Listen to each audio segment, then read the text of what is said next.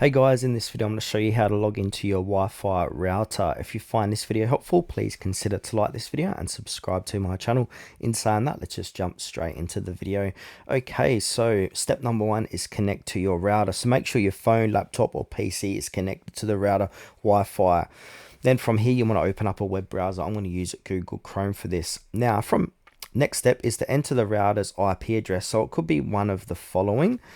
So the most common ones are here. So just go ahead and add this in. If it's correct, it's going to go ahead and ask for your username, which is often admin, and password is often admin or password if you haven't changed it in the past. So they're basically your default passwords and usernames. So I'm not connected to any routers. I'm just connected to my phone's internet. So yeah, use one of these. Now, if none of these work, also check the label on the back of your router, and you might see the router number there, or you can run this on your device. So on Windows, open up your command prompt, so type in cmd and then run as administrator, click on yes, and then basically from here we want to go ahead and type in ipconfig,